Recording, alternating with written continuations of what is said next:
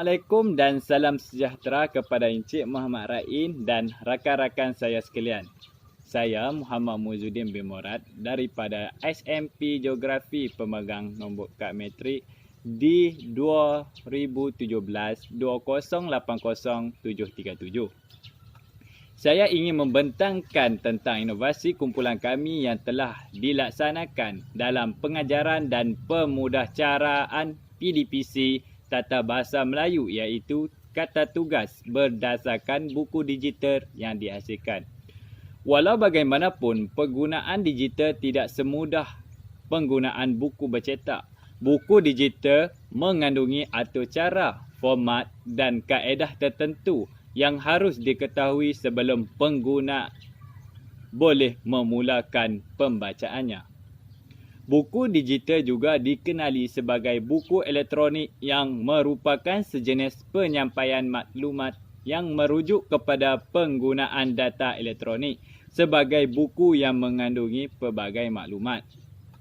Buku digital juga terdapat dalam bentuk berbayar atau ada juga secara percuma. Kebanyakan buku digital ini didatangi dalam bentuk fail PDF atau seumpamaannya bagi memudahkan setiap individu membacanya. Jenis format fail buku digital juga terdiri daripada pelbagai format seperti dokumen, PDF. Kelebihan buku digital ini memberikan kemudahan kepada pembaca membawanya ke merata-rata tempat. Ianya boleh disimpan di dalam pendrive begitu sahaja berbanding membawa buku teks dan rujukan.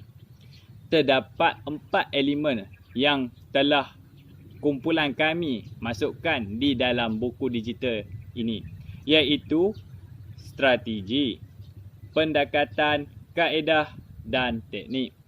Strategi pengajaran pula, kumpulan kami memilih strategi pengajaran berasaskan aktiviti kerana ianya sesuai untuk digunakan pembelajaran kata tugas.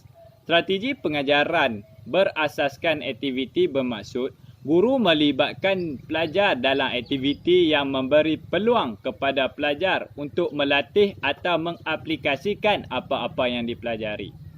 Kriteria-kriteria yang diambil kira dalam pemilihan atau membentuk aktiviti adalah: yang pertama ialah aktiviti yang dipilih harus berfokus kepada maklumat utama topik yang ingin diajar, di mana guru perlu memberikan perhatian kepada jenis aktiviti yang boleh menuju pencapaian matlamat tersebut, iaitu pemahaman kandungan pelajar dan kebolehan untuk mengaplikasikannya dalam situasi lain. Yang kedua ialah berdasarkan matlamat pengajaran boleh diambil kira kepelbagaian aktiviti. Contohnya, aktiviti boleh merupakan aktiviti permainan atau main peranan. Aktiviti tersebut relevan dan berguna untuk menyampaikan isi kandungan pelajaran. Walau bagaimanapun, semasa memilih aktiviti yang tidak memenuhi kriteria utama, guru boleh mengambil kira kriteria sekunder. Seterusnya ialah aktiviti menyediakan peluang untuk berinteraksi dan membuat refleksi, bukannya aktiviti yang dilaksanakan secara individu. Dan akhir sekali ialah selain aktiviti dipilih dengan baik, aktiviti perlu dipersembahkan dan dipantau serta disusuli jika menginginkan impak yang sepenuhnya. Ini bermakna pelajar perlu bersedia lebih awal sebelum aktiviti. Guru perlu memberikan bimbingan dan maklum balas semasa aktiviti serta mengstruktur refleksi selepas aktiviti. Semasa memperkenalkan aktiviti, guru perlu menegaskan tujuan-tujuan agar pelajar akan melibatkan diri dalam aktiviti serta mereka jelas tentang maklumat yang ingin dicapai. Guru boleh membimbing pelajar dengan membekalkan maklumat yang diperlukan atau bantuan tentang cara menyempurnakan kehendak tugasan. Apabila pelajar mula melaksanakan tugasan, guru boleh memantau kemajuan dan menyediakan bantuan jika perlu. Kesemua tugasan perlu disusuli refleksi atau perbincangan pada akhir tugasan. Guru akan membuat semakan dengan pelajar serta memberikan maklum balas umum tentang prestasi dan mengukuhkan idea-idea utama apabila berhubung dengan matlamat keseluruhan. Itu saja pembentangan saya mengenai strategi pengajaran berasaskan aktiviti. Okey, saya serahkan pembentangan yang kedua kepada rakan saya iaitu Nur Safura binti Azmi. Assalamualaikum dan salam sejahtera. Terima kasih kepada Muhammad Muizuddin bin Morad atas penerangan yang berkaitan dengan strategi sebentar tadi. Saya, Nur Safura binti Azmi, pemegang nombor matrik di 2017-2080734 akan meneruskan penerangan berkaitan dengan kaedah dalam pedagogi. Kaedah merupakan cara yang digunakan untuk mengelolakan menggunakan teknik, isi pelajaran serta alat bantu mengajar bagi mencapai objektif pengajaran. Kaedah ini biasanya melibatkan tindak balas antara guru dan juga murid, atau kita boleh katakan sebagai interaksi dua hala, guru dan juga murid. Berdasarkan kaedah dalam pedagogi, saya akan mengupas 4 elemen yang utama yang digunakan dalam buku digital dan kuisis bagi modul tata bahasa kata tugas. Yang pertama ialah kaedah penyelesaian masalah, yang kedua ialah kaedah bermain, yang ketiga ialah kaedah perbincangan dan yang keempat ialah kaedah demonstrasi. Yang pertama, kaedah penyelesaian masalah. Kaedah penyelesaian masalah sebenarnya merupakan cara pengajaran berdasarkan penyiasatan yang saintifik. Kaedah penyelesaian masalah ini perlu dilakukan mengikut langkah atau prosedur yang akhirnya akan membawa kepada jawapan yang diperlukan. Yang pertama ialah mengenal pasti masalah. Yang kedua, mencari maklumat. Yang ketiga, membuat hipotesis. Yang keempat, menguji hipotesis. Dan yang kelima, menilai dan membuat rumusan. Biasanya pada langkah yang kelima, murid atau individu tersebut pasti sudah mendapatkan jawapan bagi masalah yang mereka hadapi.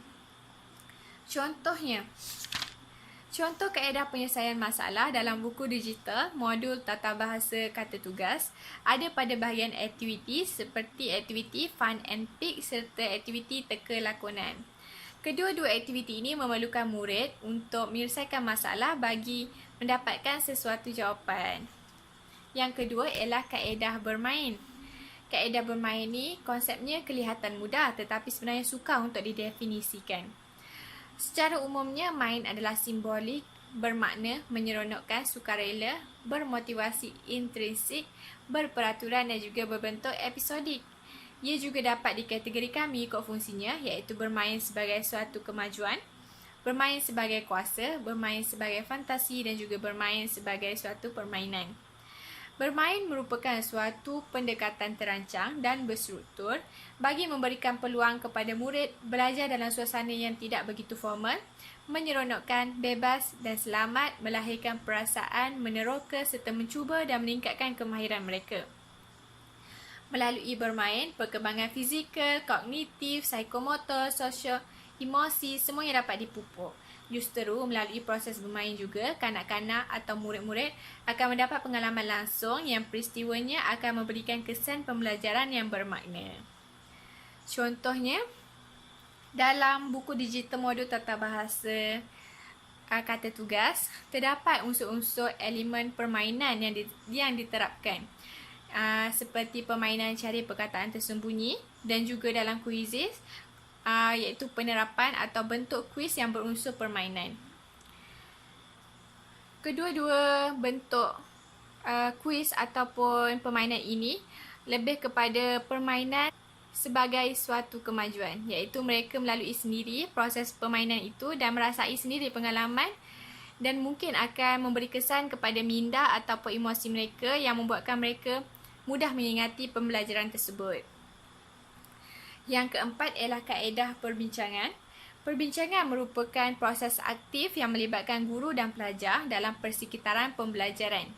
Situasi wujud di mana guru membentuk suatu pandangan dan harus berkebolehan memudah cara pelbagai pertukaran idea dalam kalangan pelajar. Pelaksanaan sesi perbincangan perlu diteliti berdasarkan 4 perkara. Yang pertama ialah proses dan interaksi. Yang kedua ialah peranan dan tanggungjawab. Yang ketiga ialah kepimpinan dan yang keempat ialah kejeleketan.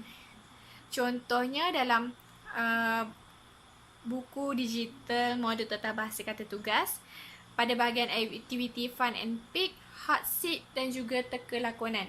Ketiga-tiga aktiviti ini memerlukan para pelajar, para murid-murid untuk berbincang sesama mereka dan berkongsi idea dan juga maklumat untuk menyelesaikan masalah.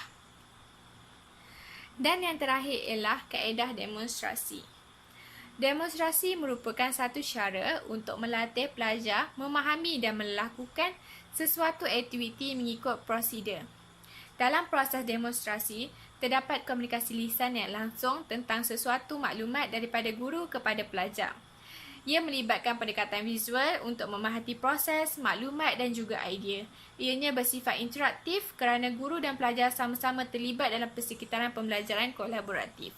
Contohnya dalam aktiviti hot and seat yang terdapat dalam buku digital modul tata bahasa kata tugas. Guru sebagai pemudah cara perlu menunjukkan dahulu demonstrasi ataupun cara-cara permainan itu untuk memberi gambaran awal kepada murid untuk melakukan aktiviti itu. Jadi, aktiviti pembelajaran itu akan berlaku dengan lancar dan mungkin akan memberikan kesan kepada murid. Itu sahaja daripada saya dan peperangan ini akan diteruskan kepada rakan saya yang lain. Terima kasih. Assalamualaikum warahmatullahi wabarakatuh. Nama saya Nur Anis Amira binti Muhammad Nur. Nombor metrik D2018 208 6134. Seterusnya, saya akan menerangkan tentang pendekatan pengajaran. Menurut Pereira 1986, pendekatan merupakan satu latar belakang falsafah atau pandangan mengenai idea utama yang hendak dibahaskan dan merupakan satu aksioma iaitu pernyataan yang diterima umum dan menjadi asas kepada sesuatu huraian. Manakala, menurut Kamaluddin Haji Hussein 1988, pendekatan ialah satu kumpulan andaian yang saling berkait tentang hakikat bahasa, hakikat pengajaran bahasa dan hakikat pembelajaran bahasa. Pendekatan pertama yang boleh digunakan iaitu pendekatan induktif. Pendekatan induktif bermula daripada spesifik kepada umum. Menurut J. M. Kierzek dan W. Gibson 1960, pendekatan induktif dimulakan dengan sesuatu sebab atau contoh dan menuju ke arah sesuatu generalisasi. Pendekatan induktif melibatkan pengumpulan dan pentafsiran maklumat-maklumat yang kemudiannya setiap maklumat ini akan berubah kepada kesimpulan. Murid akan dibimbing oleh guru bagaimana untuk berfikir, mengkaji, mengenal pasti, seterusnya mentafsir maklumat untuk membuat generalisasi ataupun kesimpulan. Pengajaran dan pembelajaran melibatkan seseorang guru boleh membantu pelajar menguasai konsep atau generalisasi berasaskan pemerhatian atau contoh-contoh yang diperoleh. Menurut B. Seaton 1982, pembelajaran melalui pendekatan ini disamakan dengan seorang murid mengalami proses mental yang mana ia memerhati peristiwa tertentu untuk memperoleh satu kesimpulan. Antara prinsip penggunaan pendekatan induktif adalah menggunakan contoh-contoh yang relevan dalam proses pengajaran dan pembelajaran. Ini adalah sebagai rujukan kepada murid untuk lebih memahami apa yang cuba disampaikan oleh guru. Setiap guru boleh menggunakan bahan bantu mengajar seperti gambar, video, kuis ataupun hasil karya dalam penyampaian kepada murid-murid. Murid-murid juga digalakkan mengemukakan contoh-contoh yang diketahui oleh mereka semasa proses pembelajaran dan pengajaran berlaku. Yang kedua, pendekatan didaktif. Pendekatan didaktif merupakan jenis pengajaran yang bermula daripada umum kepada spesifik. Pendekatan ini merujuk kepada satu pembelajaran di mana pelajar bermula dengan hukum yang umum dan digunakan dalam kes-kes tertentu. Strategi pengajaran didaktif merupakan kaedah mengajar yang kompleks kerana murid perlu memperolehi kefahaman yang mendalam ataupun mencukupi serta berupaya memilih rumus, hukum, peraturan yang telah dipelajari dengan tepat untuk diaplikasi pada contoh-contoh khusus. Pendekatan ini mengasaskan pengajaran dan pembelajaran murid kepada hukum-hukum atau tertentu. Pendekatan ini bermula dengan melihat hukum-hukum atau mempelajari peraturan tertentu, dan dari segi pembelajaran akan diteruskan dengan menganalisis hukum-hukum melalui contoh atau mengaplikasikan peraturan yang telah diberikan. Secara ringkasnya, seorang guru akan mengemukakan satu konsep, hukum atau kesimpulan dengan menerangkan definisi sebelum memberikan beberapa contoh untuk memperjelas kefahaman. Pelajar perlu menakul untuk mendapatkan contoh tertentu daripada peraturan umum. Ketiga, pendekatan eklektik. Pendekatan eklektik menggunakan dua atau lebih kaedah yang menggabungkan segala ciri yang baik daripada pendekatan tersebut dan menggunakannya dalam sesuatu pengajaran dan pembelajaran. Pendekatan eklektik dihasilkan dengan menggunakan gabungan pendekatan induktif dan diduktif. Pendekatan ini sesuai untuk kelas yang mempunyai pelajar pelbagai kebolehan. Sebagai contoh, guru boleh menayangkan video kepada murid-murid tentang kata tugas, iaitu kata pembenda. Guru kemudiannya meminta pelajar untuk menyenaraikan kata pembenda yang terdapat dalam video tersebut. Dan pada itu, guru memaparkan video penerangan tentang kata pembenda untuk memberi penjelasan kepada murid. Selepas itu, guru meminta pelajar untuk menerangkan kata pembenda yang terdapat dalam video itu. Dengan ini, secara tidak langsung, guru boleh mengaplikasikan strategi pusatan guru, pusatan murid dan pusatan bahan dalam pembelajaran dan pengajaran. Sekian, terima kasih. Assalamualaikum dan salam sejahtera. Saya Nurul Farah binti Majais memegang kad matrik D2017-2080736. Pada kali ini, saya akan membentangkan tentang teknik. Teknik ialah taktik yang digunakan untuk mencapai objektif pembelajaran yang segera dan maksimum pada waktu pengajaran dan pembelajaran bagi sesuatu bahagian. Menurut Kamaluddin Haji Hussein dan Siti Hajar Haji Abdul Aziz dalam karyanya yang bertajuk Pengajian Melayu Komunikasi Bahasa, teknik didefinisikan sebagai pengenali sesuatu organisasi yang benar-benar berlaku di bilik darjah di mana ia digunakan untuk mencapai sesuatu objektif. Terdapat 3 kelebihan utama teknik, iaitu menarik minat murid, mengekalkan perhatian serta memangkinkan rasa ingin tahu. Dalam buku digital yang telah kami hasilkan, terdapat beberapa teknik yang telah kami gunakan. Antaranya, teknik latih tubi. Teknik latih tubi adalah aktiviti pengulangan fakta-fakta yang dipelajari. Tujuannya untuk mencapai taraf penguasaan kemahiran di samping menjamin kekekalannya. Ia sesuai digunakan untuk pengajaran bahasa Melayu.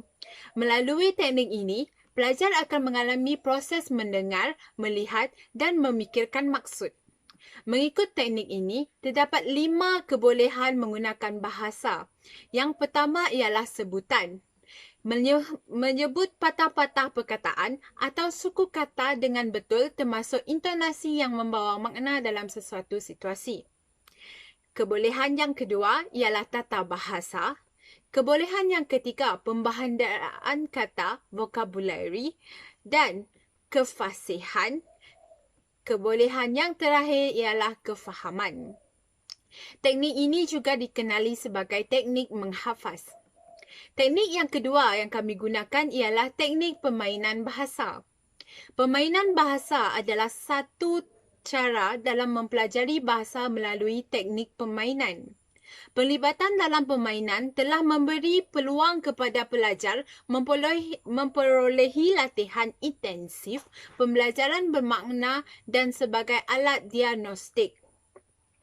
Kebanyakan aktiviti yang dijalankan akan menggunakan pelbagai kemahiran berbahasa pelajar, antaranya kemahiran mendengar, bertutur, membaca dan menulis. Di dalam buku digital yang telah kami hasilkan, terdapat satu teknik permainan bahasa, iaitu pada muka surat 8 yang bernama botol beracun berkaitan dengan kata hubung. Teknik yang seterusnya ialah teknik drama. Teknik drama merupakan teknik yang sering digunakan dalam kaedah komunikatif dan kaedah yang berasaskan pendekatan induktif, iaitu kaedah terus, efektif dan audiolingual. Teknik ini bertujuan untuk melatih pelajar menggunakan unsur bahasa, unsur paralinguistik dan bukan linguistik dengan berkesan dalam sesuatu interaksi bahasa atau perbuatan. Penggunaannya dapat mendorong dan merangsang pelajar untuk menghubungkan perasaannya dengan mata pelajaran yang dipelajarinya. Drama berperanan sebagai ragam pembelajaran, iaitu sebagai salah satu alat bantu mengajar dan pembelajaran. Dapat menimbulkan keseronokan dan berkesan dalam pembelajaran kepada pelajar, di samping dapat menyuburkan sahsiah pelajar. Di dalam buku digital yang telah kami hasilkan, kami menggunakan 3 aktiviti yang berkaitan dengan teknik drama ini, iaitu pada kata seru yang bernama Drama King pada muka surat 13, iaitu pada kata tanya yang bernama Teka Lakonan pada muka surat 18 dan Hot Seat yang berkenaan dengan kata pangkal nama pada muka surat 29. Teknik yang seterusnya ialah teknik inquiry.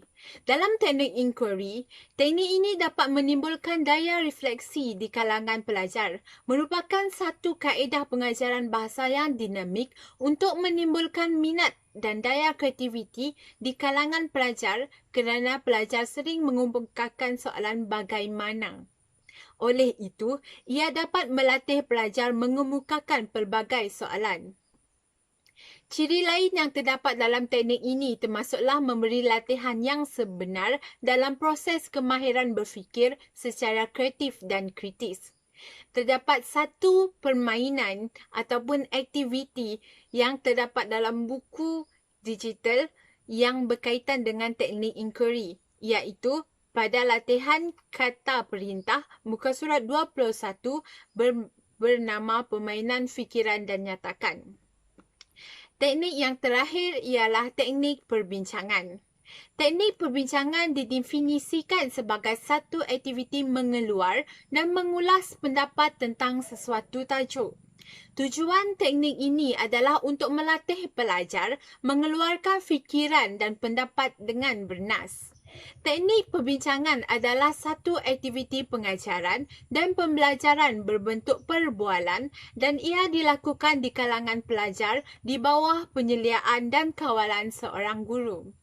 Di dalam buku digital yang telah kami hasilkan, terdapat 2 aktiviti yang berkenaan dengan teknik perbincangan, iaitu pada kata pembenar muka surat 26 yang diberi nama Fun and Pick. Seterusnya, pada aktiviti kata penekan pada muka surat 36 yang bernama Sajak Segera. Sekian sahaja pembentangan kami pada kali ini. Sekian, terima kasih.